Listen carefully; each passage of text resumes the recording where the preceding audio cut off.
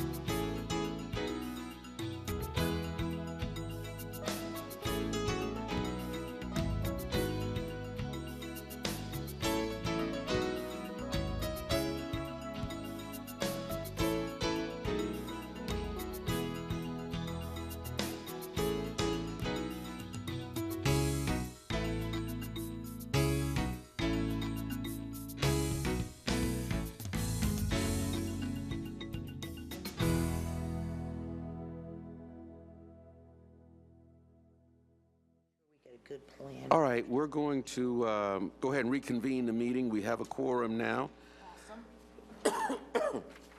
Excuse me.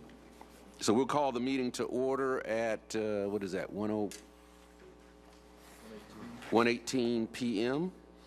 Can we, Nick, Commissioner Maddox, I'm sorry, can we get a roll call? Commissioner Barfield, I am right here. Commissioner McMillan, Here. Commissioner Daly, Yes, ma'am. Commissioner Dozier, Yes. Commissioner Richardson, I'm here. and Commissioner Maddox. Okay, a quorum is present. Mr. Executive Director, are there any agenda modifications? No, sir, I did want to point out one item very quickly. Okay. In front of each of your spots at the dais, there is a modification to item 3D, the Southwest Area Transportation Plan MOU with Blueprint. Okay. Just some additional language that was added, and it's on the single sheet with the red typing on paragraph D there. Okay, that's underlined. Did everyone get a copy of that? Okay. All right, thank you, Mr. Executive Director. All right, item 3 are the consent agenda items. Members, you all may have noticed if you looked at the calendar under item 3E that there is a proposal by the Executive Director to cancel the December meeting, if everyone is okay with that. We discussed that the other day, and Greg didn't think we really had much to discuss at that meeting. So, and with it being the holiday season, we thought we'd cancel that meeting, and anything that would have been on that agenda, we'll put it on the January agenda. Is everybody okay with that? Yes, sir. Okay. Is there a motion to accept the consent agenda? So move. There's a motion by Commissioner Daly, seconded by Commissioner Nick Maddox. All in favor signify by saying aye. Aye. Opposed, like sign. Okay. Item 3 passes unanimously. That brings us to item number 5, 5A. Is the fiscal year 2018-2022 Transportation Improvement Program amendment. Mr. Executive Director. Yes, Mr. Chairman, Greg Burke, our staff, is going to review the proposed TIP amendment, and just to remind you, this will need to be a roll call vote. Right, okay.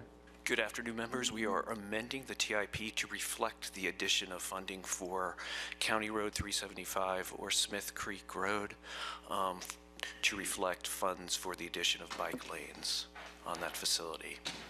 One point I want to make out is actually it is, again, County Road 375, not County Road 65 as reflected on the agenda. County Road 375? Correct.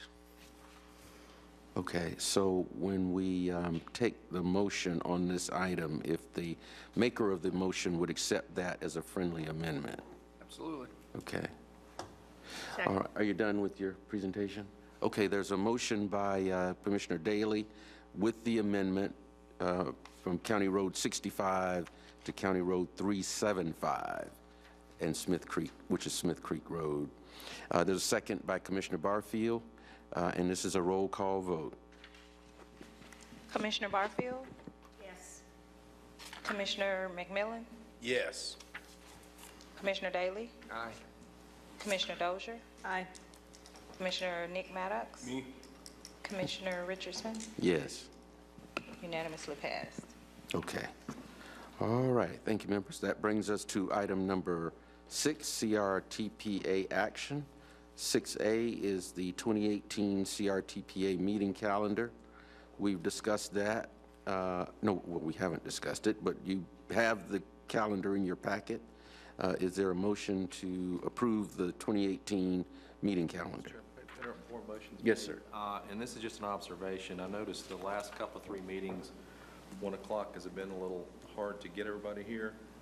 Would the board want to consider moving that back to 1:30 as opposed to 1? That's fine. Again, it's something I hadn't thought about until today, so. So move with the amendment. Okay, it's 1:30. That motion is by Commissioner Nick Maddox with the amendment, seconded by, is there a second? Second. Commissioner Barfield. All in favor of the motion signify by saying aye. Aye. Okay.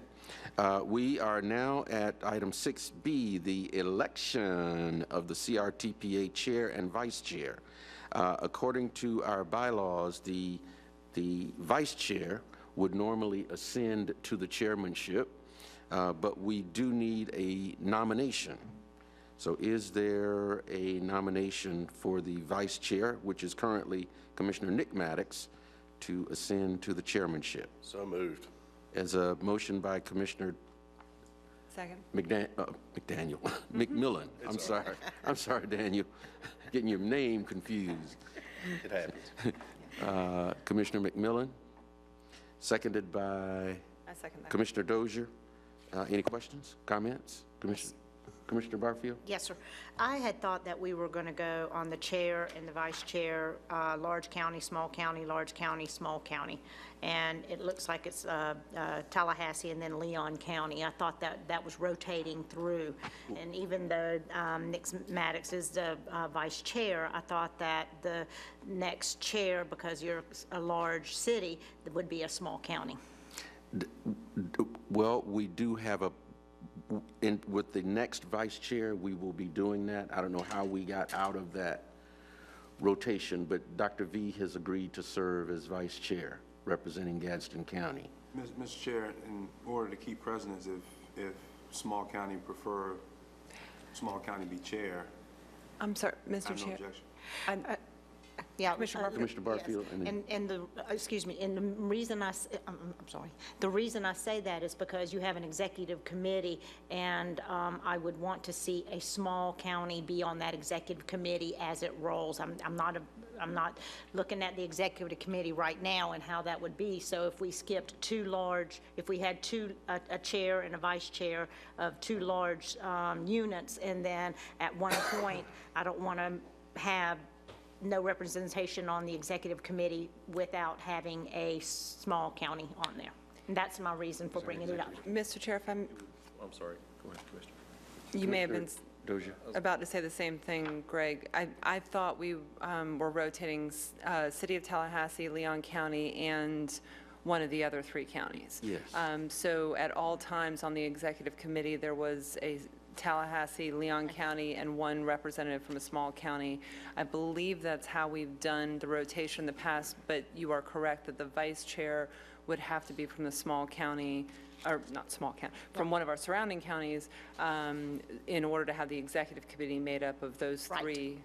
Is that correct? That's correct. Yes, so the And I- vice chair would. Yes, and I do believe in our bylaws it is that your executive committee will have a small county, one of the surrounding counties on your executive committee. And if we follow those bylaws, then I think we're stepping out of line here. So if I could suggest, and thank you, Commissioner Maddox, for giving that suggestion. Certainly, you can have the city of Quincy step in or somebody else, but again, I just want to express my concern about that executive committee and just making sure that our small counties have got representation, and that's how that was set up.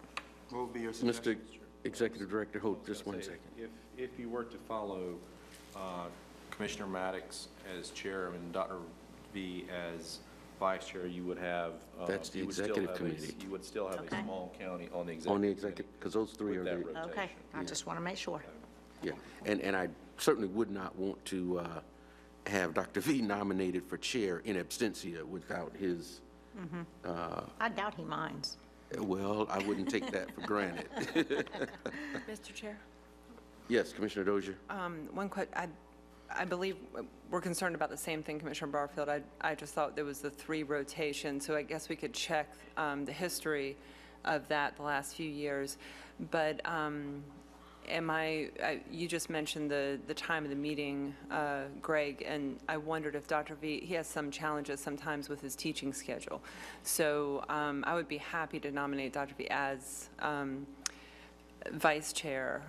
Okay. But if we wanted to I think we need a vice chair, but I'm wondering if you were suggesting waiting until we check with his schedule, or if there's someone else who For vice chair? wanted to be Well, vice chair. I'm sorry, go ahead. let's take the motion on the chair, since I think Commissioner Barfield's issue has been resolved. Okay. There will be a surrounding county representative on the executive committee with Dr. V as vice chair. So let's go ahead and carry the motion on Commissioner Nick Maddox as the incoming chair. Are there any other questions or discussion? Hearing none, all in favor of the motion signify by saying aye. Aye. Opposed, no. Or like sign. The motion carries unanimously. Okay, vice chair, is there a nomination? Commissioner Dozier? Yes, sir. With the chair's suggestion, I would nominate Commissioner Villalobos as our vice chair to be chair the following year. There's a motion by Commissioner Dozier. Is there a second? I'll second that for this, just want to make sure that someone had that conversation with them. Okay, it was seconded by Commissioner Maddox for discussion. Mr. Executive Director? And I did have that very conversation with Okay. him about, Yeah. first of all, sorry. I did have that conversation with him about his willingness to serve as vice chair, and he said he was fine with that, and he was going to change his spring schedule would be changing to accommodate the Tuesday meetings. Okay. Great. All right. Any other questions, discussion? Hearing none, all in favor of the motion signify by saying aye. Aye. Opposed, like sign. Motion carries unanimously. Congratulations, Mr. Chairman. Thank you. Start in January. In January.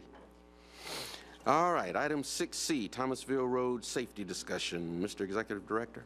Mr. Chairman, I have a presentation today from Mike Lewis and his team from DOT regarding some, I guess, the first pass at some potential changes along Thomasville Road.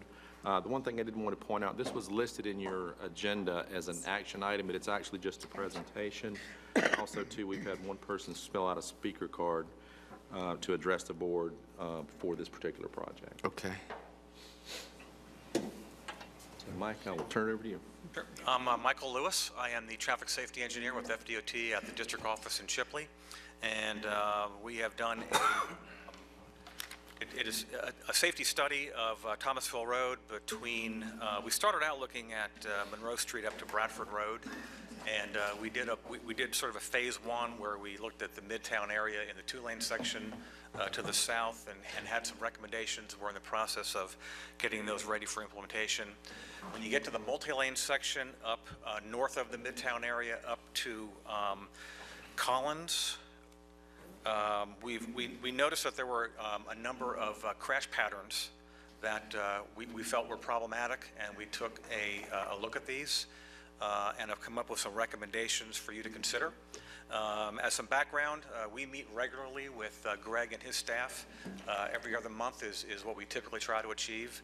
These meetings go back to when Harry was here, and we've continued it, and I think it's been incredibly productive for us to deal with some of the safety issues in the area. And Thomasville Road is actually, we're about to start our third study on Thomasville Road, the first in the Midtown area, the second in this particular area we're going to talk about today. And we just met today to scope an additional study in the vicinity of the School of Arts and Sciences, a little bit more north of here.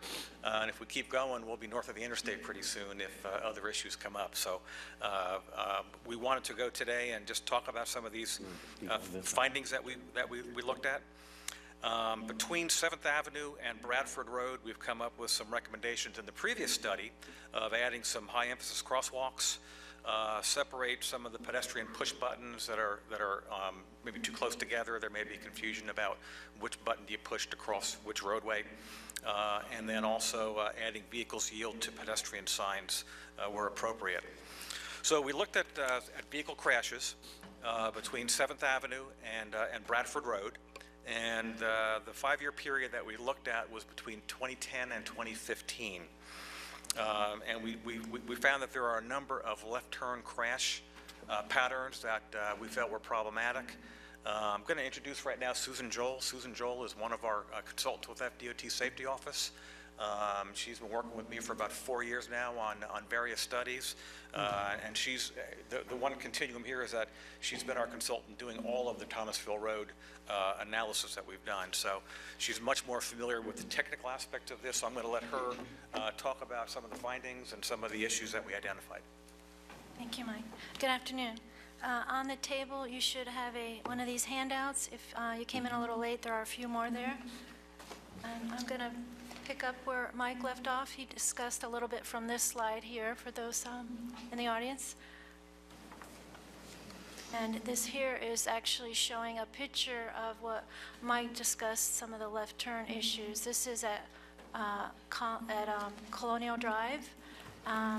During the afternoon hours, as you're probably very familiar with, this road gets very congested.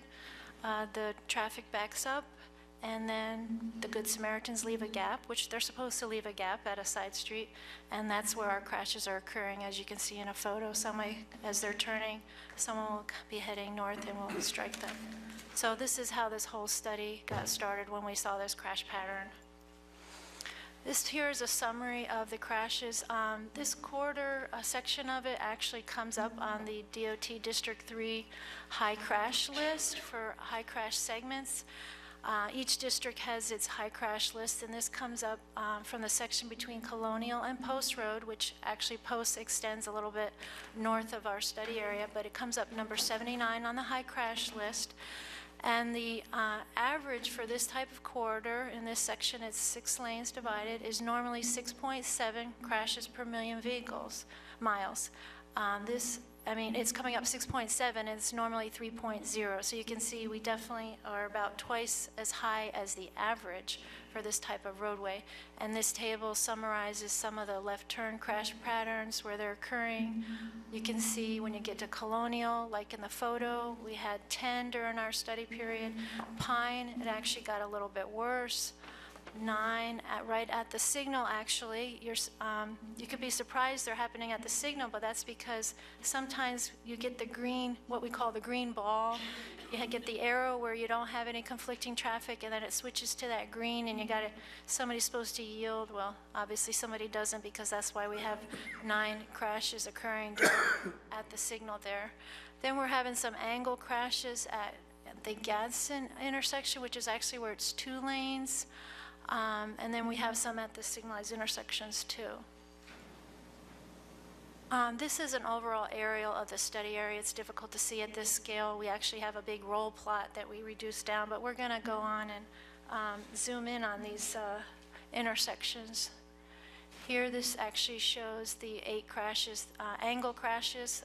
Angle is basically what people usually call a T-bone crash. This here is at 9th Avenue. The crash problems are more related to the merging, where we're going from a 2-lane to a 4-lane section. So we're picking up a lane here, and people are switching lanes through here. As we get to Colonial, you can see we pick up this left turn crash pattern that we just discussed on the table. You see there's 9 left turns. And I'm trying to go a little bit quick because we have about 20 slides, so I don't want to belabor anything. Here, this is the signal at the Capitol Plaza. Once again, we're having the left turn crashes and some angle crashes. Just to the north, you can see at this median opening, we're having some angle crashes here also. This also accesses the shopping center.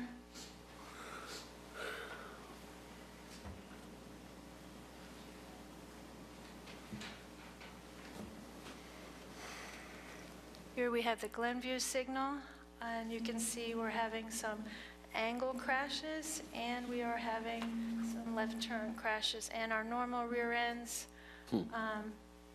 These are just, rear ends are very typical at signalized intersections because you have a lot of stop and go movements. And then here, Collins Drive would be the last study, median opening in the study area, and we are having a few angle crashes, and once again, we are seeing our pattern of 6 crashes in the left turns, once again, having a difficult time of getting a gap here.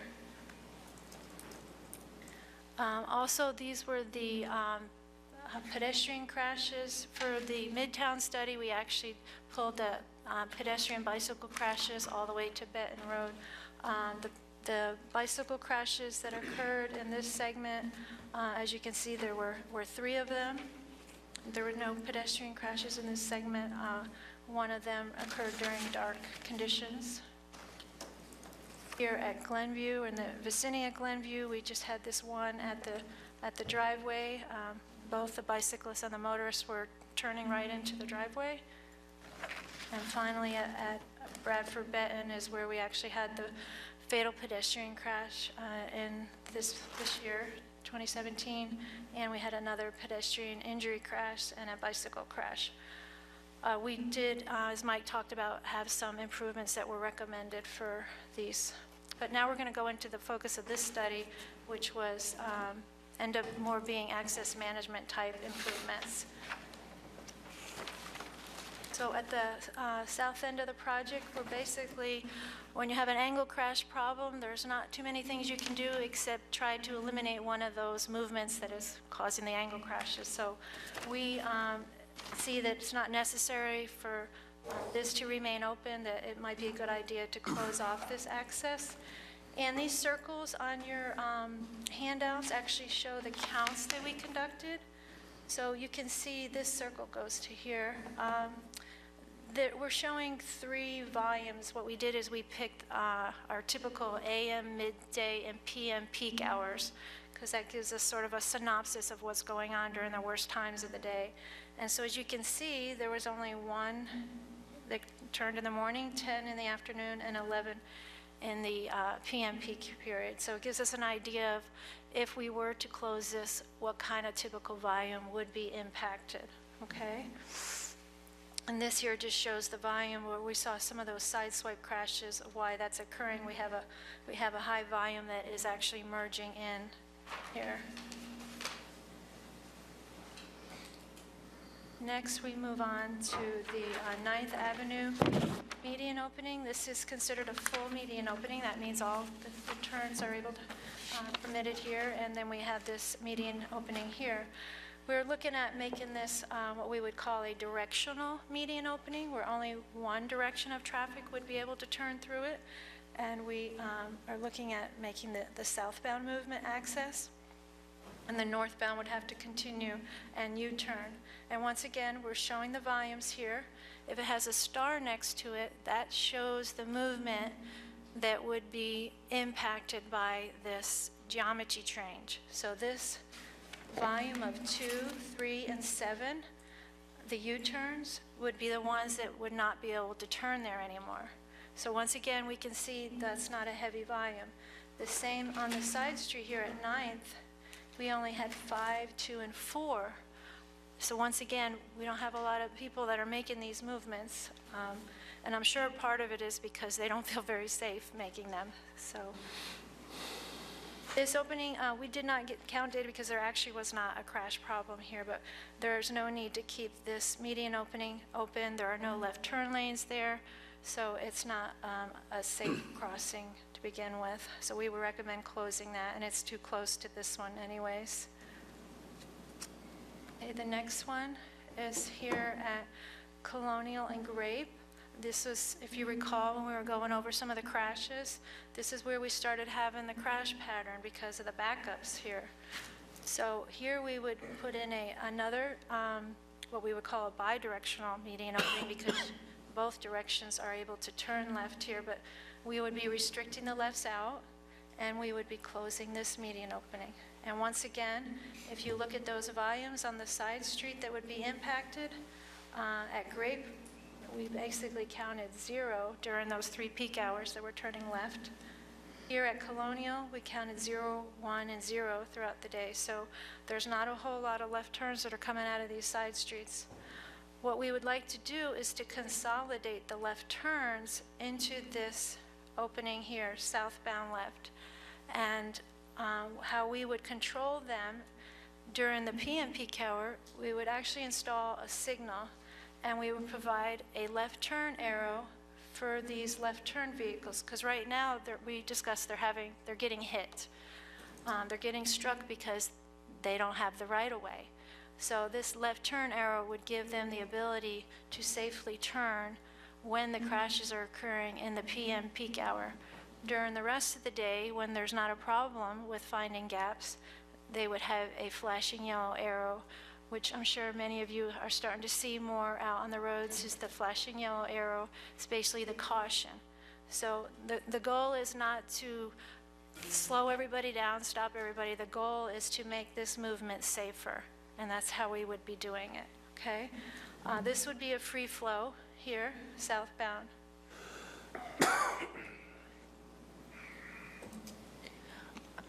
Mr. Chair, could I You need me to go back? Can you take a question at this Yes. point? Just a quick question. Commissioner Dozier? Thank you. This is helpful to see these maps for sure. So would that left turn, the green, the left turn arrow, would that be motion activated when someone came up to that stop? That it would stop the northbound traffic, or how would that function? Well, it would typically, yes, there'd be a detection there, but you typically, it would be running flashing yellow because they're during most of the day. Right. But in the afternoon, yes, we can have detection such that we know that the northbound is backing up that far, and then that could trigger it to give them the arrow. And the northbound traffic would then have a... To stop, yes. Have a red light there telling Yes. them to stop when that is activated? Right, these Okay. northbound right here would have to stop, southbound would continue, and then the left turns would get to go. Thank you. But we did a very detailed analysis of the crashes, and they were all during the weekdays, during the afternoon rush hours, and they were actually Tallahassee residents. So there was definitely a pattern of why it was occurring. No, that makes sense. Thank you. Thank you, Mr. Any other questions?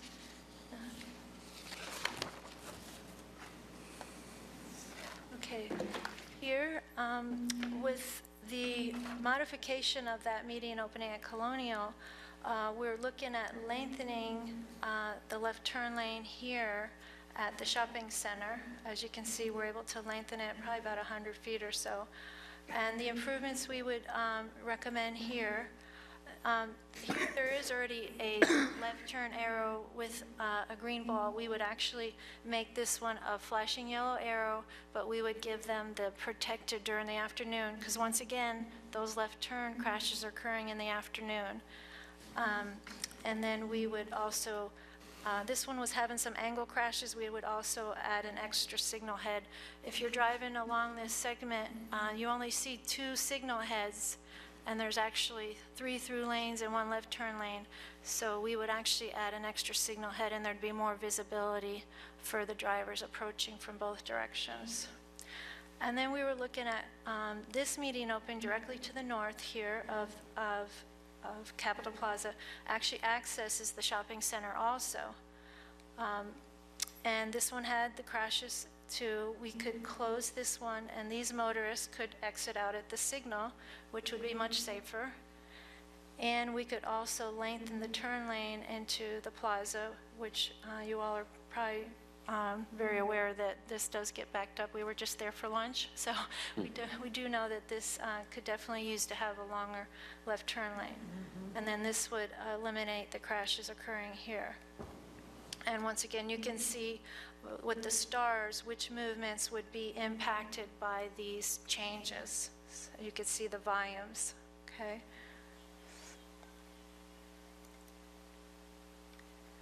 Next we have Glenview. We would, the main change here would be lengthening this left turn lane with the modification to the median opening to the south. And we would be able to add a left turn lane here. Right now, this is where you have people making U-turns and left turns, but there's no turn lane. So we would actually build a turn lane here. There is a no U-turn sign out there, but as you can see from the volumes, there are people making that turn 0, 8, and 2. And so this would just be safer for everyone in the intersection. There wouldn't be as many rear ends, and this would be able to make a left turn. We would also look at upgrading the signals here so there'd be better visibility. And we were looking at closing this Collins Drive median opening, because once again, it's located very close to the signalized intersection. The volumes that are normally turning here could turn at the next intersection at Benton Road, and that would enable us, by closing this, to lengthen a nice long turn lane here, and we could lengthen the northbound turn lane at Benton Road by closing this off. And this just shows that we would be lengthening this turn lane. So it's pretty much an access management type improvements. If this road was constructed today, this would look more like what the type of controls would be out there. Our new roadways today have stricter criteria for meeting and opening access, and this would fall more in line with that. So I'm going to turn it back over to Mike.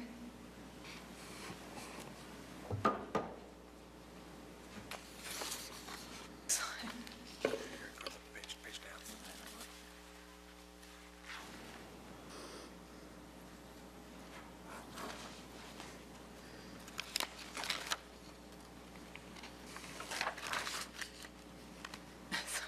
I wanted to get out. If you go in your booklets, kind of towards Here the we- back, we have a Scroll down. summary page. Here we go. If you just have there we go. Layered graphics, kind of got us Get into a him. loop there. Well, I guess in summary, when we had done our larger study of Thomasville Road and we came across these crash patterns, the crash rates seemed inordinately high compared to the volumes of vehicles that were making these left turn movements. So when she said before that the crash rate was double what the average is for this kind of roadway, when you then isolate just the left turns, you saw how low those numbers were. This would be much higher on that crash rate calculation. So this really got our attention. But this is really the kind of thing, I know, Greg, you said that this may not be an action item, but we certainly would not want to advance beyond this point without the blessing of the board, especially with the city of Tallahassee and Leon County. This is going to involve access management changes, and that's not something that we take lightly. We often run into trouble when we try to advance a good idea, and it's not been vetted through the community, and we want to make sure that we don't take any missteps here, because we believe these improvements would really give value to the community. Susan had mentioned that we wanted to get a sense of who was involved in some of these crashes, so we did a blind sort of a zip code check of who was involved in these crashes, and most of them were Tallahassee and Leon County residents. So these are people from Tallahassee that are using these roadways and are involved in these crashes. So the benefit would be local. And we feel that in many cases, when you look at open access roads where you don't have well delineated space for drivers to go through, people go in at odd angles, it gets chaotic, and a lot of times when you get backups like you do in the afternoon peak period and people are trying to navigate, that first Good Samaritan stops and then it's the second lane that gets you because you didn't see the car coming up. And so this would address those types of situations. The next step, and if you look, we have, we reduce conflict points, we reduce speed differentials, we define the space for vehicles to navigate, which increases driver expectancy and improves overall efficiency of how people are going to use the roadway. We went through a benefit cost calculation because, everything we do at DOT is a safety project, but what I manage and what Susan works with me closely on is what can we fund with safety funds. Safety funds have special rules. You have to meet BC ratio requirements. You have to have certain benefits. If you look down below here, depending on what we implement, we could have 20 to 60% reduction in the crashes that occur out here. And what we're really trying to look at is reducing the serious injury and the fatal crashes statewide. Intersections, which this falls into, is one of our FHWA emphasis areas where we're putting special funding to try and have a reduction of fatal and serious injury crashes. We have a program rolled out in front of we're kind of doing it in phases, but we have a program rolled out with our executive team to invest about $250 million over a 3 to 5 year period, with intersections and roadway departure being the focus areas that we focus on. So if you look at the types of projects that this emphasis area would be advancing, this fits exactly what we're trying to accomplish. But again, that access management issue is a tough one, and we really would like to make sure that we go through this in a very methodical way. So next steps, we would recommend that we advance a corridor management plan. Corridor management plan would drill down into these traffic numbers a little more deeply. We would make sure that by closing off access in one area, we weren't creating a problem in another area. And so we would look at some of the demand modeling tools that we have to kind of help us with that determination. And we would come back again. Public hearings would be involved, so we would be out in front of the public. And then obviously, before we would advance anything, we'd come back and get with you again and make sure that we're all aligned with our thinking. So with that, we can take any questions.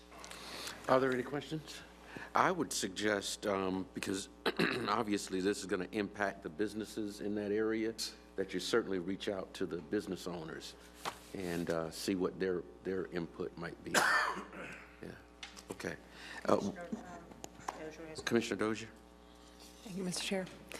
Thank you, Commissioner Barfield. Well, Mike, thank you very much. And you nailed it, as did the chair.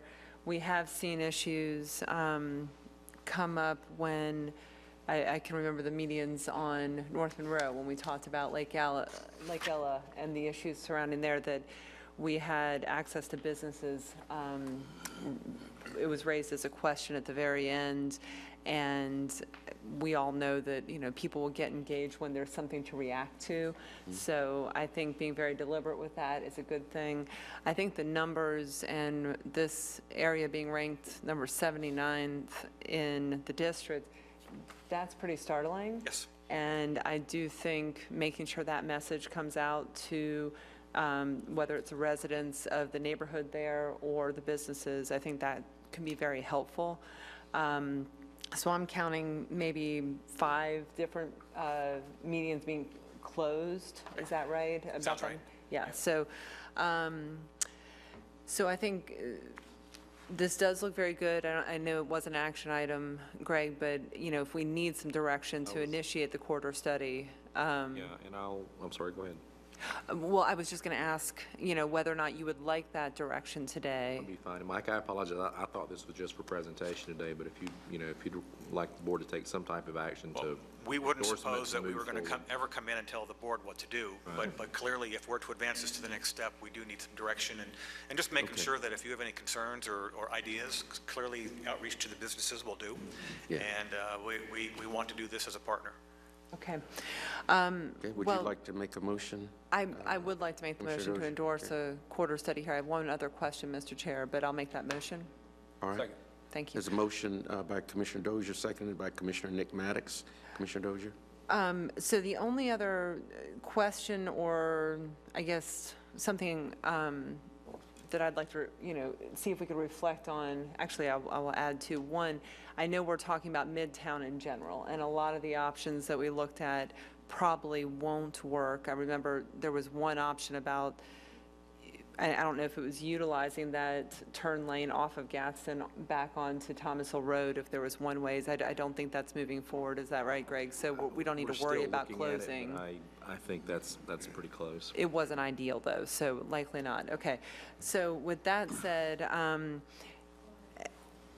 I do think, and you make a fair point, that that roads would not be constructed like this at this time, and we all recognize a lot of our work is correcting past mistakes or the way we used to do things.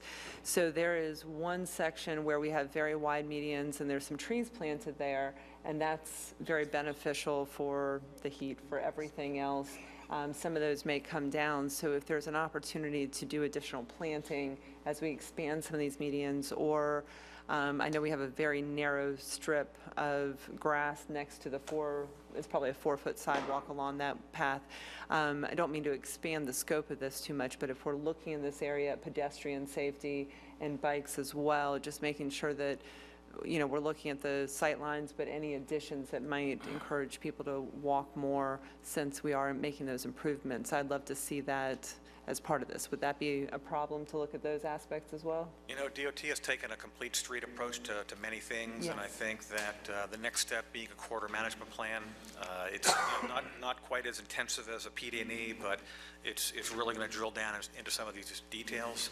We can look at the available road space and see what makes sense out there. I Okay. think that's that can easily be incorporated into it, and that's just something for us to go back and include in the scope and make sure that, and share it back with Greg and maybe back with the board and make sure that we've addressed those concerns. Okay, fantastic. Thank you very much. And Great start. do you all anticipate coming back to our board, this board, with that corridor management plan when it's done? Yes.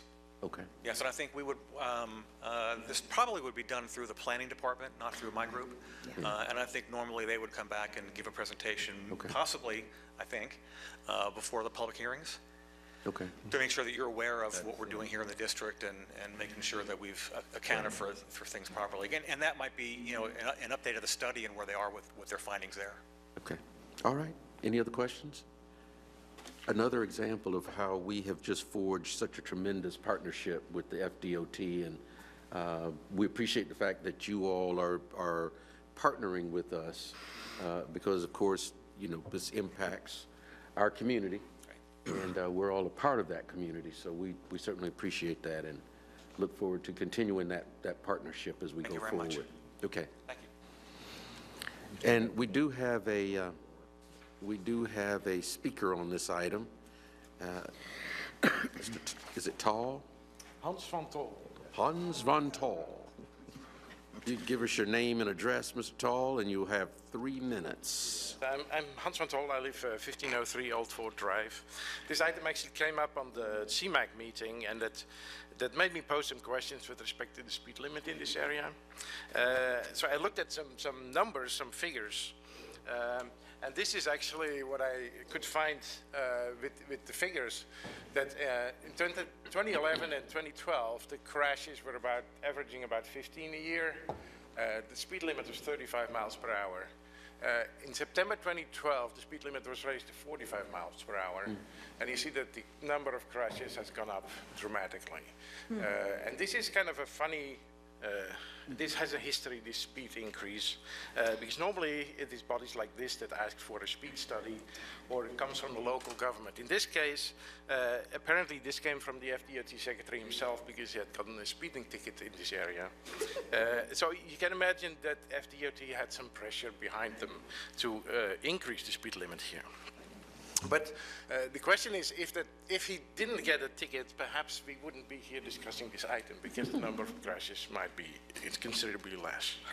So what I would like to ask is just to consider what we know, that we have a really big jump recently. So the numbers are not exactly the same as what FDOT has done from 2010 to 2015. This includes mostly from 2013 to 2016.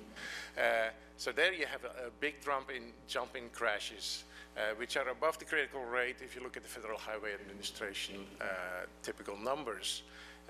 And this section between Baton and 9th Avenue is within the multimodal transportation district. And normally, I would think that if you do a speed study and you come up with a 47 miles per hour, 85 percentile, but if you incorporate crash numbers in this area, you would not set it at the 85 percentile, you would set it at the 50 percentile or something like that. So I would expect that if you do the speed study with the numbers from 2012, but including the crash numbers from today, we should not have a 45 mile per hour speed limit. So in this case, also you have the pedestrian-heavy area midtown. So this area feeds directly into a 25 miles per hour zone, and we have speeding problems there. So it seems important just in this section to keep the speed limit at 35 miles per hour. So for the section north of, so the speed study was actually done from, I think it was Waverly, from Waverly down to 9th Avenue. And the section north of Baton, from Waverly to Baton, is quite different in character than the section that we're talking about today. Much less turns, much less commercial interest in the area. So I would just ask FDOT to consider also the speed limit in this section, perhaps lowering it.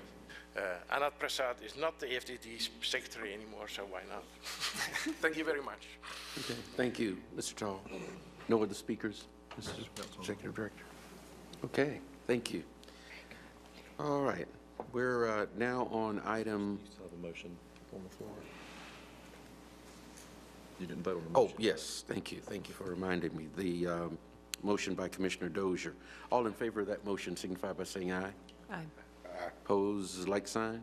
Motion carries unanimously. Thank you, Mr. Greg, Chair, for may I ask a reminding me quick of that. question? Commissioner Dozier. Thank you. Mike, you mentioned the, and I don't think you need to get up, but the meeting you had about the intersection around School of Arts and Sciences, and I know that they've just expanded the campus there. They've improved their parent pickup and drop-off, but there's still a lot of traffic, and people have asked about that section before. I thought we had been told by FDOT that we couldn't have another light because of the proximity, but is that what you're looking at? So maybe I do need to get you back up to the podium, forgive me. I'm just wondering what exactly you might be looking at, or you're just looking at the counts, the basic data for that area? We're doing what's called a roadway safety audit. Okay. And we're doing it along Thomasville Road, near the school, and the Baptist Church. There's also another issue came up by Live Oak Plantation, and so we're going to be looking at, I think, 3 intersections, and so we're taking counts. We're going to look at the crashes. We're going to put cameras out, make some observations.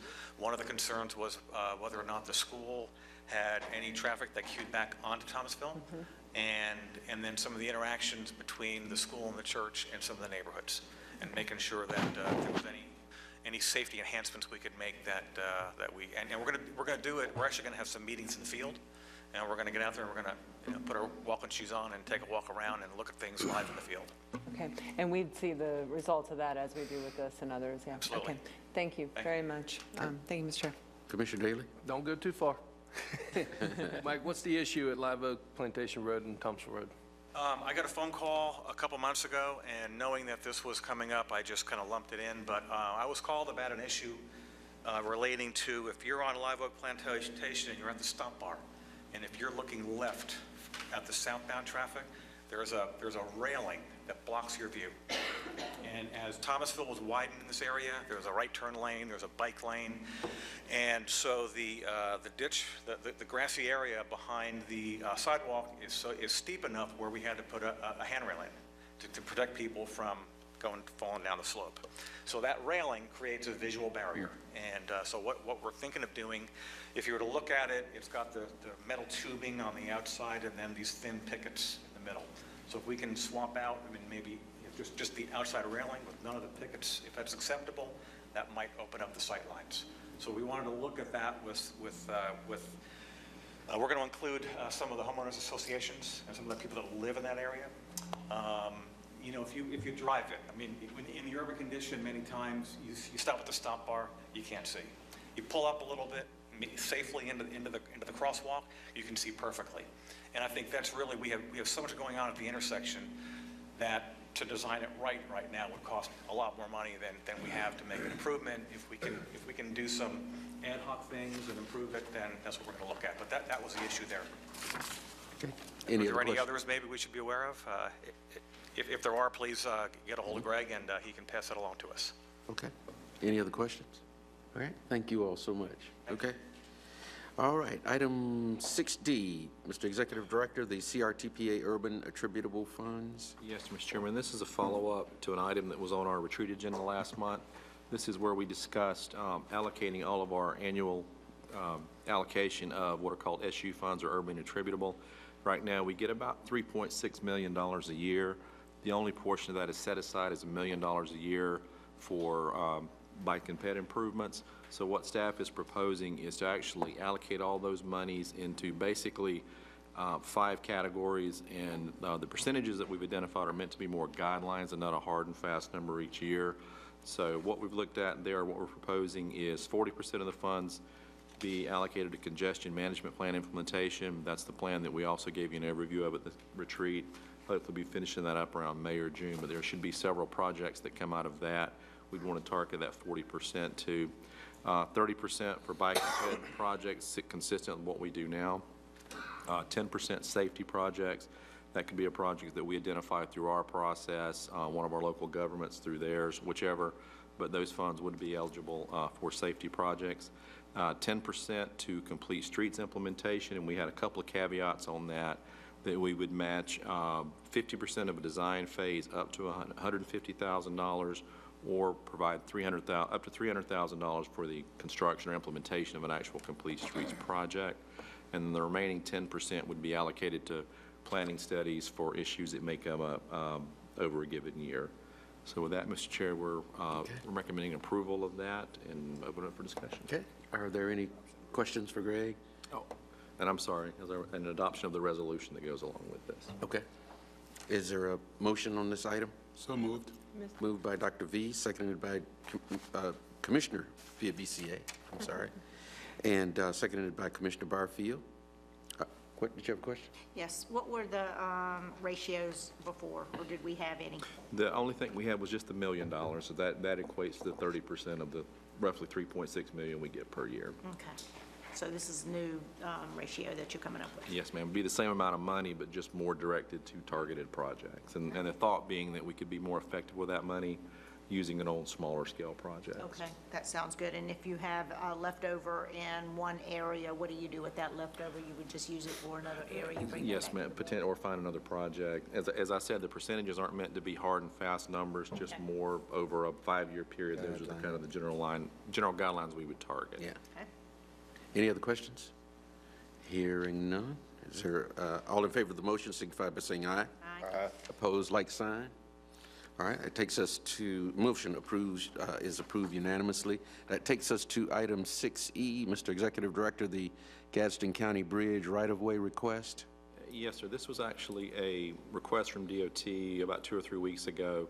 The Attapulgos Bridge had been identified as a deficient bridge over the last few years, and DOT had budgeted about $4.2 million to upgrade it, and I think actually replace the bridge, not upgrade, I'm sorry. But through the design process, there was about an additional $240,000 worth of environmental mitigation that was required. The department initially had asked, could we utilize some of the SU funds that aren't allocated for the current year, but in the meantime, they've actually cobbled together some other funding, but they're still requesting to use $140,000 of the $210,000 in unallocated SU funds we have for this year. And again, that will be to cover some additional environmental mitigation that was required or identified in the design. And again, staff is recommending approval of the FDOT's request. For the 140,000? Yes, sir. Okay. Mr. Chair, I move for the adoption of option 1. Second. Okay, so a motion by Commissioner via BCA, seconded by Commissioner McMillan. Are there any questions? Hearing none, all in favor of the item signify by saying aye. All right. Mr. Chair. Opposed, like sign. Motion carries unanimously. Commissioner via BCA. Thank you, Mr. Chair. I would like to commend FDOT for being able to locate this extra funding to get this project completed. It's a direly, very well needed improvement or construction of that bridge, and I hope soon we look at the next bridge, which is the Gator Bridge, which is next to Attapulgos Bridge, which also is in the same dire need of replacement. And Okay. I hope we'll be looking at that soon. Well, maybe the vice chair can get that done next year, or the chairman the year after that. Okay. Congratulations, by the way, Okay. Mr. Incoming Vice Chair. Okay. All right. All right, Suzanne, you want to give us a report from the FDOT? Nothing to update you on, but I do want to say thank you on behalf of the department for supporting this project and putting some SU funding to it. Thanks. All right, thank you, Mr. Chairman? Suzanne. Commissioner Daley? Suzanne, when you get a chance, can you please update the body also on the progress of the project of the traffic light at Talpico and 27 North?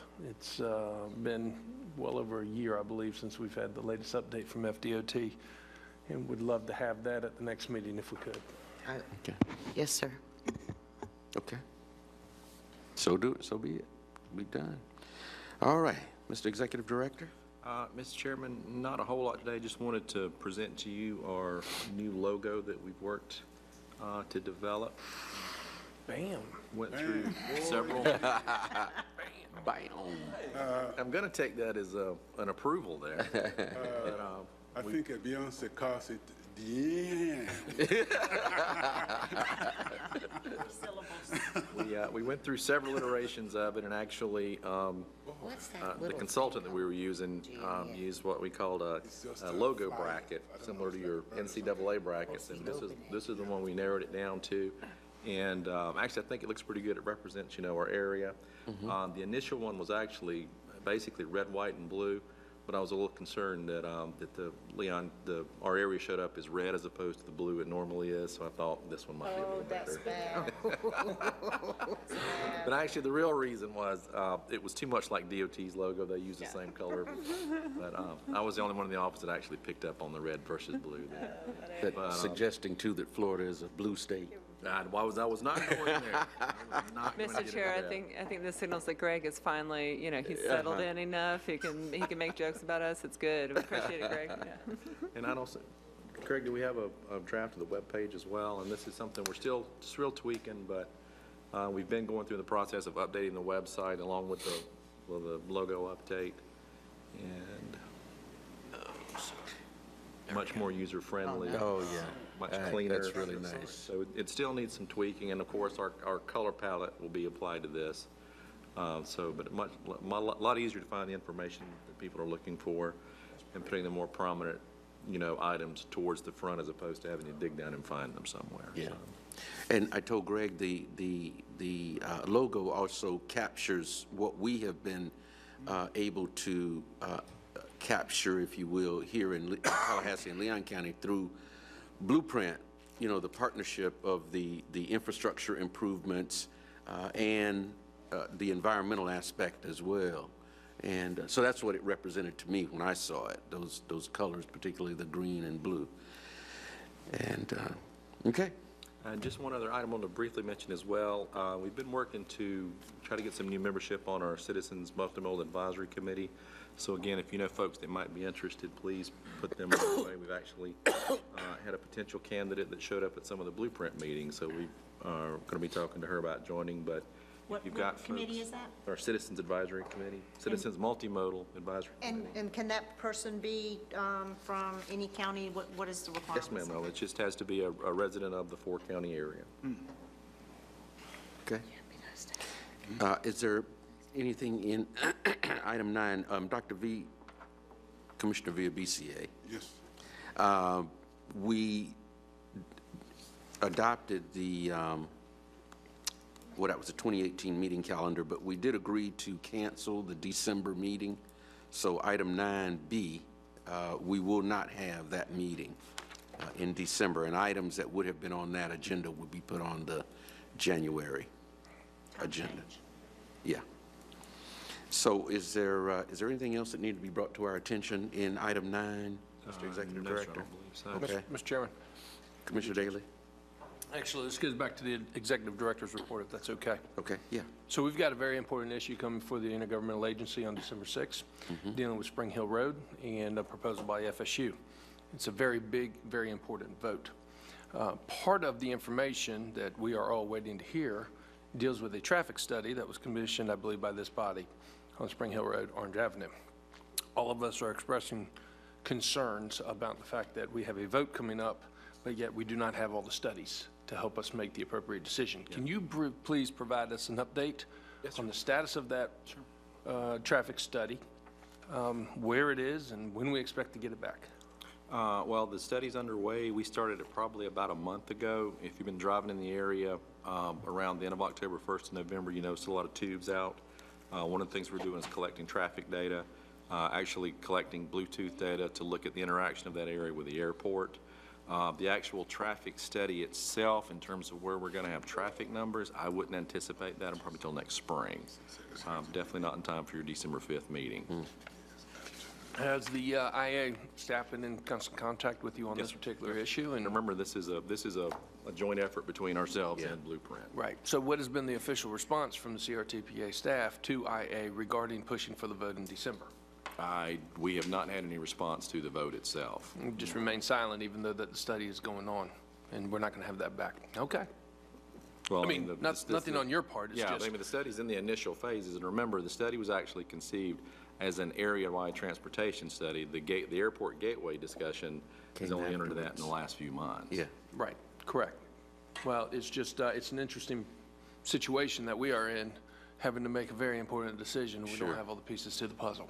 So, Yeah. okay. Between now and then, I would ask if CRTPA staff does have any information that could help clarify or shed light or lend a professional voice to this particular item. All and any information would be Yeah. very well received, I think, by me and my colleagues in the city. Sure. And one of the comments I would make, and again, I've expressed this before, and it's in reference to Spring Hill Road. You know, if you look at it from a strictly transportation capacity standpoint, there's not a lot of traffic on any of those roads. I would imagine as we go through the Southwest Area Study, the only road that's going to come out for any type of expansion based on that same process we always use is going to be Orange Avenue. But again, you know, the whole gateway concept adds a different dynamic to it. At the end of the day, that's something, you know, that I think the IA has to deal with. I will say in some of the comments that I've heard, you know, there seemed to be a lot of concern that designating something as a gateway would automatically increase traffic to it. As a transportation professional, I don't think that's necessarily the case. Really what drives traffic increases are land uses. In that case, it'd have to be something, you know, at the airport or somewhere along that southwest capital circle area that would generate new traffic that would, I think, have a more significant impact on the traffic on those roadways versus just designating something as a gateway. I don't know if that helps or... It does help.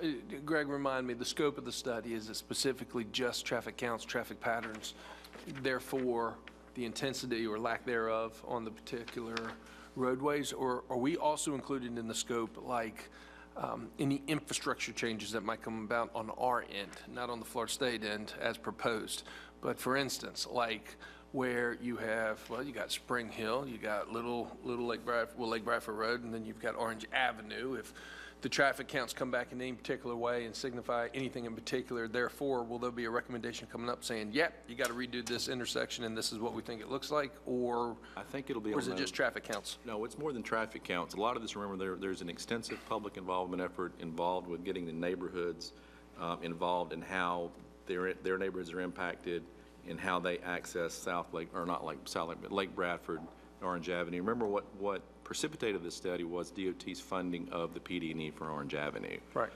Typically in the past, and not to knock DOT, but they would come in and build 4 lanes, square DRAs, and they'd go along their merry way. The Southwest Area Plan is designed to turn that in more of a complete streets process and kind of soften up some of those edges and get direct community input to the process that we can feed to DOT when they do the PD&E and turn that into much more of a community roadway as opposed to just a state highway that it is now. Okay. Thank you, Mr. Chair. Okay. Commissioner Dozier? Mr. Chair, thank you, and thank Commissioner Daley for bringing this up. I know Autumn from Blueprints in the back listening closely, and I want to thank Blueprint staff, but Greg, you were also at the public meetings. Mr. Chair, I know you attended some. I attended the one at Tallahassee Museum. From what I'm hearing from staff on both sides, and I think this gets to your point, Commissioner Daley, that should we move forward on December 5th with the concept of adding a road through the old Alumni Village, the FSU proposal, and improving Stuckey, that this is still conceptual. There's a lot more work to be done, and at our retreat, I thought we had heard that the public meetings for the Southwest Transportation Study were being moved to January so it can include whatever decisions are made. So I know we're getting a lot of comments. We have to make some decisions, but the specifics, would that be fair, Greg, that the specifics for what Blueprint's doing and what the study is doing, that will come out in further studies over the next year or more? Is that right? I think they would come out naturally, but the one thing I want to touch back to on Commissioner Daley's question, you asked about additional infrastructure. Irregardless of the decision that the IA makes on December 5th or 6th, FSU, as part of their master plan, if they tell us they're going to identify a roadway through the southwest part of their campus, we will include that as part of the study.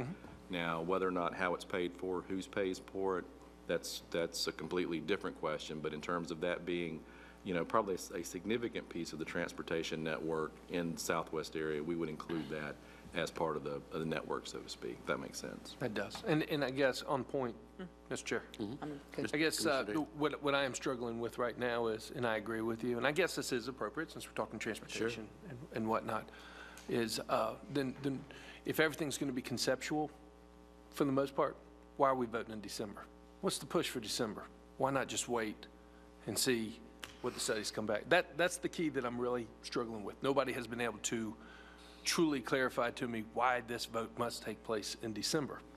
And, in light of recent reports that have been published talking about transparency in local government, I think it's important that we're extremely transparent. And so I think we need to really take a hard look. This is a big vote. This is a major plan. I think overall, at the end of the day, we're all going to be able to get there. And it's great that Florida State wants to reinvest and redevelop. Yeah.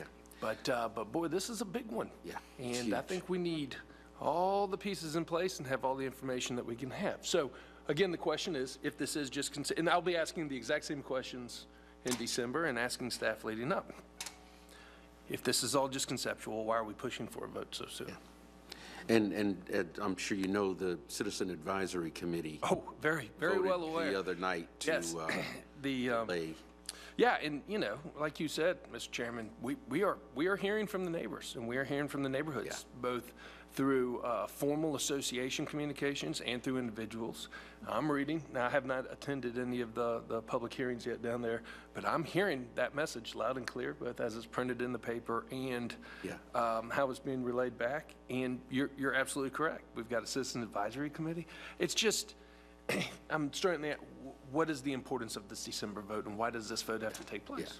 Yeah. And I had a conversation with the chairman of the Citizen Advisory Committee, and he said that was, in fact, one of the questions they couldn't get answered. Right. Why December 5th? And so that's why they voted to move it back to March. And that's what they're recommending to us. So I think FSU is going to have to come forward with some reasoning as to why that December 5th date is so important to them. I agree. Yeah. And that's one of the reasons, too. We had originally talked about starting the public involvement with the Southwest Area Plan in November, December, but to be quite honest, I wanted to get that whole discussion out of the gateway discussion, because while they are tied together, in essence, they're, the Southwest Area Plan was a different animal. The gateway has kind of backed its way into the discussion, and I don't want the gateway's discussion to inhibit any public and feedback we get on the Southwest Area Plan. So final comment, Mr. Chairman, if you may. Commissioner Daly? Greg, this is very important to me. I want you to go back with our consultants on this project. And if I'm not asking for a specific date, but I think we need a pretty good window of when this would be completed. There's no sense pushing back to March if a traffic study is not going to be done until April or May. Right. And so I think going into this December meeting, myself, my colleagues, all of us need to have a pretty good idea of when we're going to have all the results from the study. Right. But just the traffic portion of the overall study, and that's where I'm a little worried is, the Southwest Area Plan wasn't designed to be a detailed traffic study. It was much more a public involvement exercise, getting community input on how that area should look and how those neighborhoods interact with those roadways. There is a traffic portion to it, but it's not as detailed as something you normally do, let's say, as part of a PD&E. Well, I think that if you could provide us a window on both elements, that'd be great. Not only the overall public involvement, but also specifically traffic. Like I said, if the body decides to push back, there's no sense pushing back to March if we're still not going to have it. I mean, at that point, might as well take a vote in December. So we need to have an idea, working knowledge, and since that study came out of this body, that's important. Okay. Have that in. We'll take care of that. Appreciate it. Thank you. All right. Very good. Suzanne? I would just like to say, in the draft tentative work program that we presented to the board, it showed that the PD&E for Orange Avenue was funded in 2 years, fiscal year 19 and fiscal year 21. It was our intent, and we have been successful in finding the funds to advance that 21 to 19. So the PD&E will be initiated in fiscal year 19 in its entirety. So that shall also, again, we will build off of the information that comes out of the Southwest Area Plan, and we will be then moving forward just Orange Avenue with the PD&E, but it'll be in a timely fashion. Thank you. Thanks. Okay, thank you, Suzanne. Any other questions, comments? Commissioner Dozier?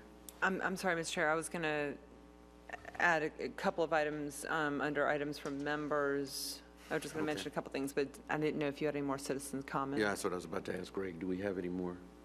citizen? Oh, I'm sorry, Hans did have a second one. Okay, Sorry about that, Hans. Hans von Tall. Toll. Not tall. He is tall, but it's I can say it again, yeah. So Hans van Tol, I'm 1503 Old Fort Drive. Safety is important to me. Last year there were 79 traffic fatalities in our four-county area, almost a record.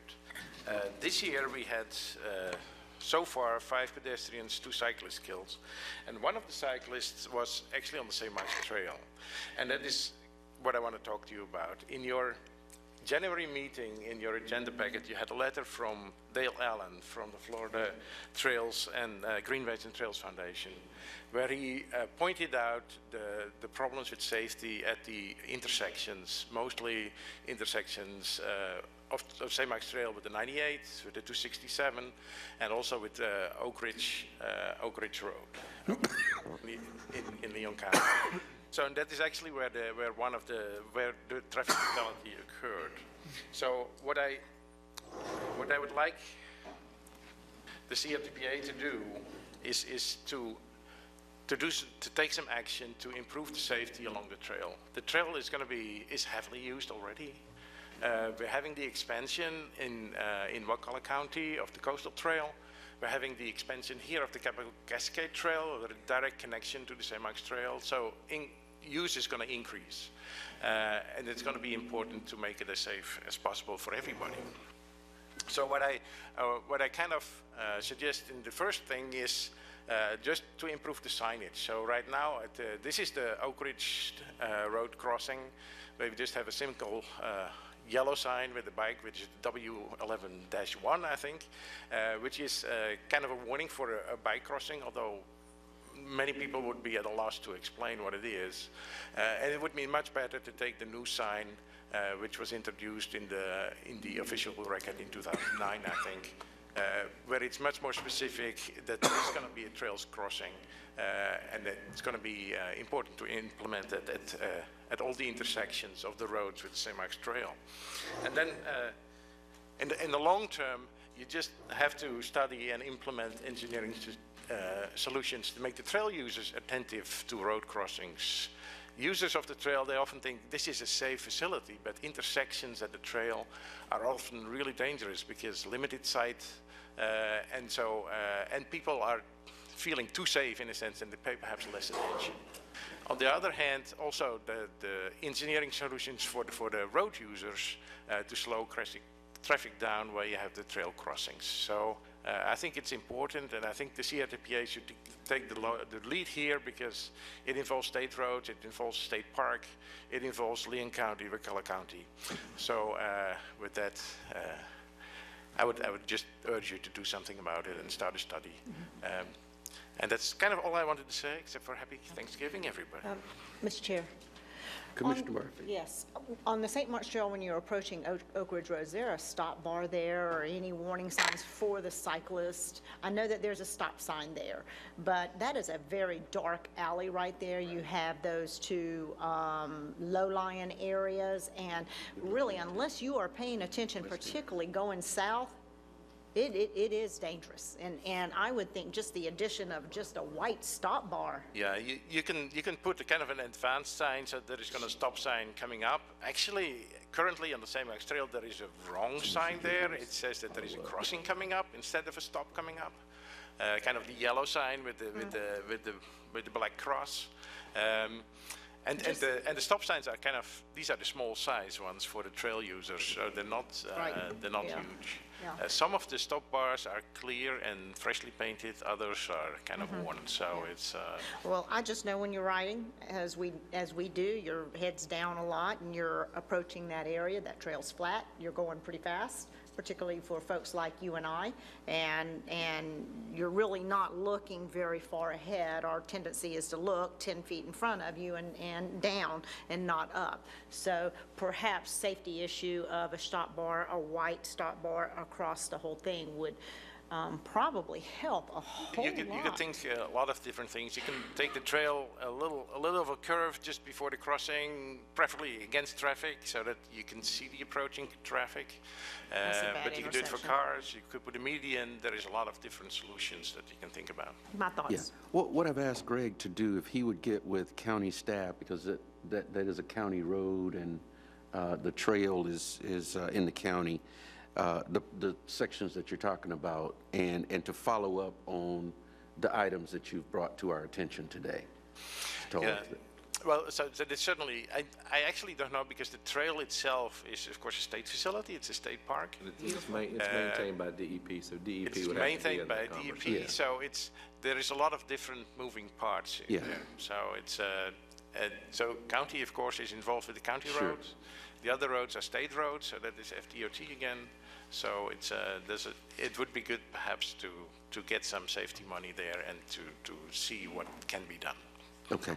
Well, we'll ask Greg to sort of bring all of the impacted groups together and, or organizations, and see what we can do to address those issues that you've brought Thank you very much. before. So thank you very much for your time and obviously the research that you've done on all of this.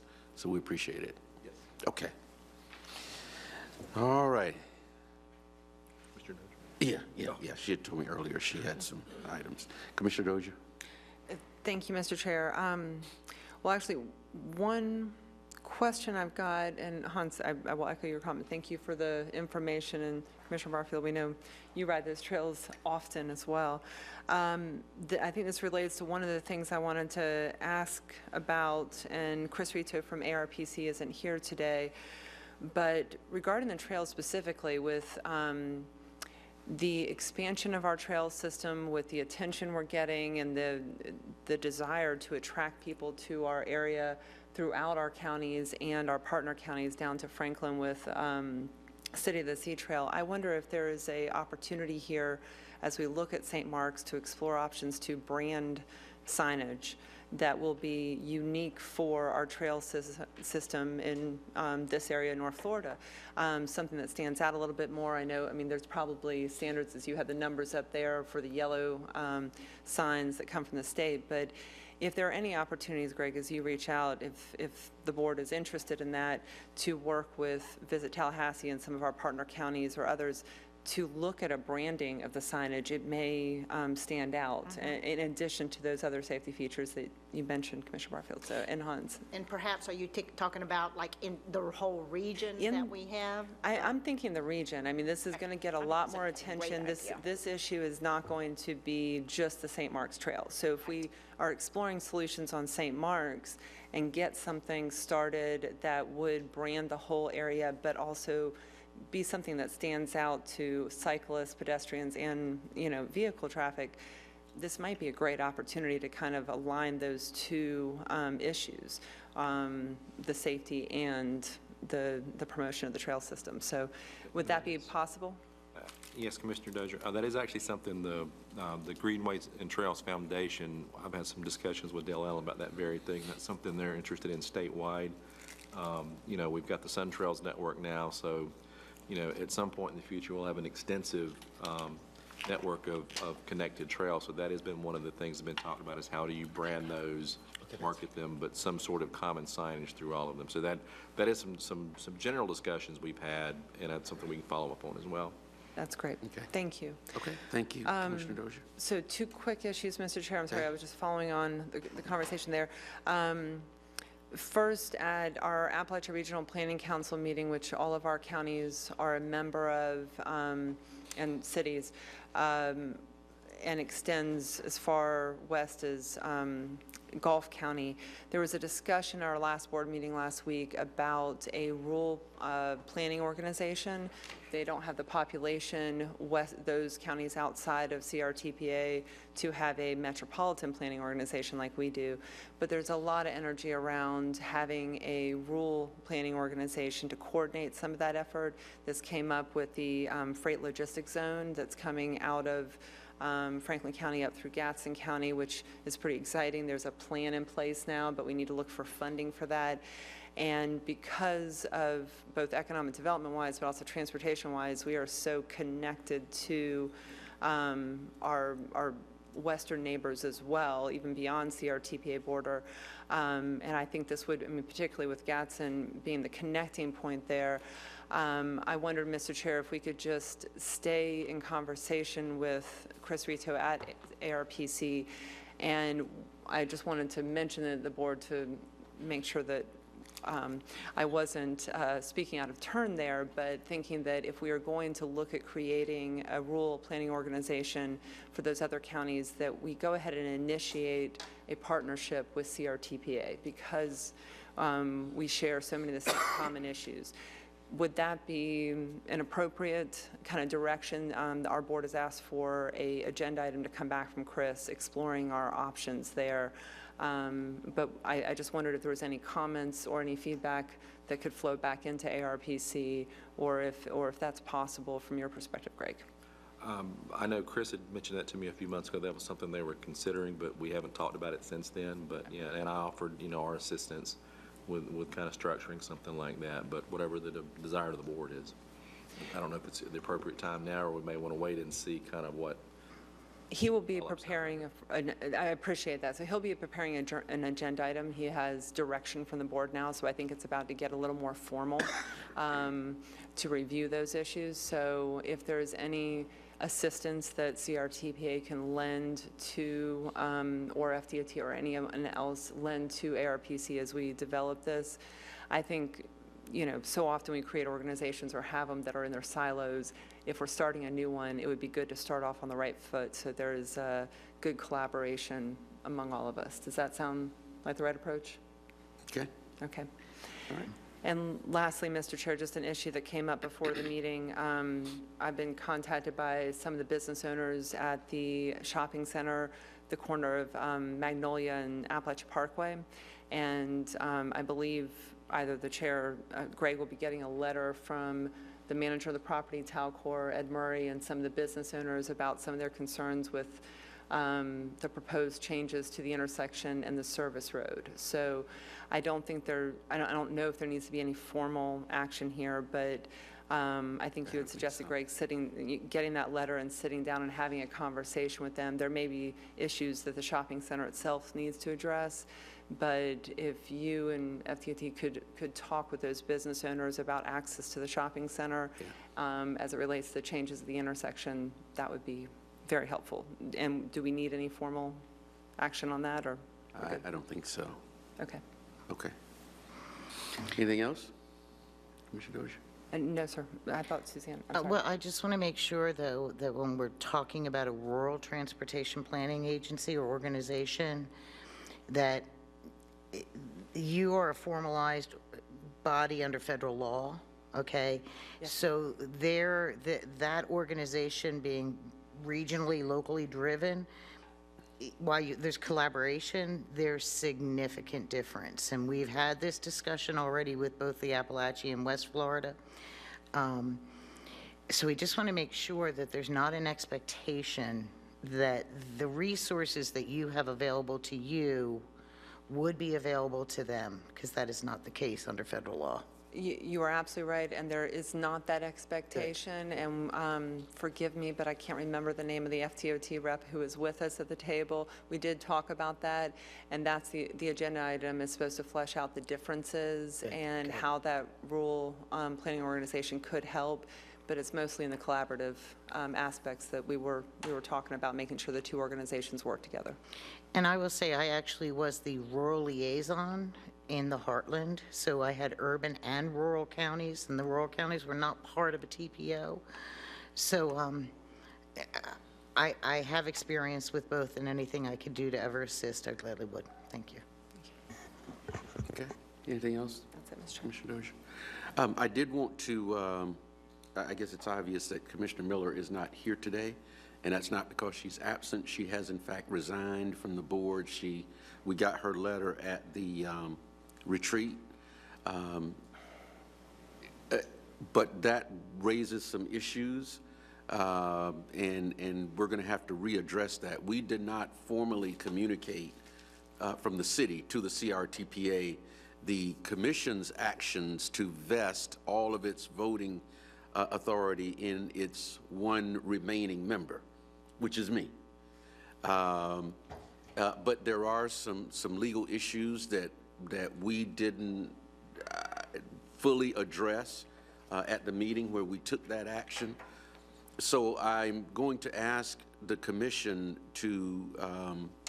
for us to reconsider the action that we took at our last commission meeting to do that in light of the information that Greg and/or Thornton will share with them about some of the issues that creates for us. For instance, if for some reason I'm not here, it makes it difficult to have a quorum of the organization based on the weighted voting that we have, which could impede the board taking action on items that would come before it. So I don't think I know we did not consider those issues at that commission meeting. So I'm going to ask that we reconsider that and see what we need to do to better address that. It was, once Commissioner Miller resigned, there was no one else that was interested in serving. So that's kind of why there was that issue of vesting all of our voting authority in the one remaining member. So we will address that. I'm going to ask that be readdressed at our December commission meeting. So hopefully we'll have all of this resolved by the time we come back to the CRTPA meeting in January. Okay. All right. Hang on in there, Mr. Chair. Yeah. All right. Anything else from board members? Mr. Vice Chair, Commissioner via BCA.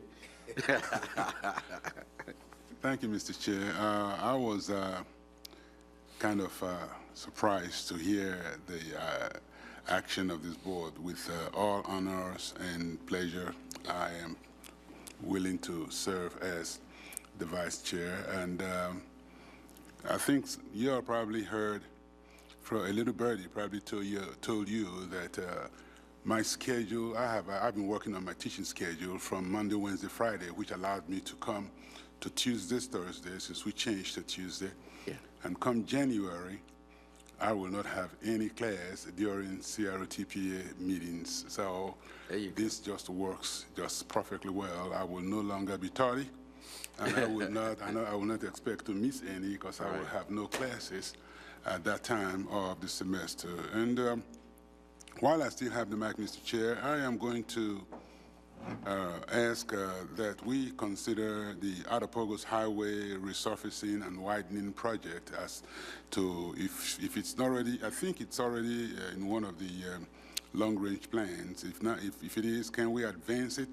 And if not, could we please include it in it? The Ottapogos Highway, it needs resurfacing and it needs widening with shoulders, just like we've done in Salem Road, which is County Road 159, and which I think we are going to be doing soon with County Road 161, which is Point Milligan Road. And if we can include that and advance it, and I think that will be very good for the citizens of Gaston County. And there are other roads in Gaston County that I will be bringing before this board. Thank you, Mr. Chair. Okay. All right. Oh, Suzanne, did you want to give us an update on that South Adams Street crosswalk that you mentioned to me? Yeah, I just would like to say that our pre-construction meeting for that improvement is this upcoming Monday after Thanksgiving. So we're moving forward, and you'll see that improvement going in. And as I mentioned, Greg has been coordinating with Star Metro to make sure the transit stop is located in I think it has to be moved further south. So again, we're glad to see that project come to fruition. Thank you. Yeah, this is the bus stop at the B.O. Perry Library on South Adams, and the kids disembark on the east side of Orange Avenue and have to navigate that four-lane highway with an expanded median to get to the apartments on the west side. And so if you all recall, I brought that up, probably, it's been almost a couple of years ago now. Be when I started, a couple of years ago. Yeah. And so they're now addressing that safety issue for the students and residents in that area. So, thank you, Suzanne. Thank you. Okay, anything else, Mr. Executive Director? No, sir, everybody have a safe and happy Thanksgiving. Yes, happy Thanksgiving. Enjoy the rest of the holiday. Move for adjournment. All right, we stand adjourned.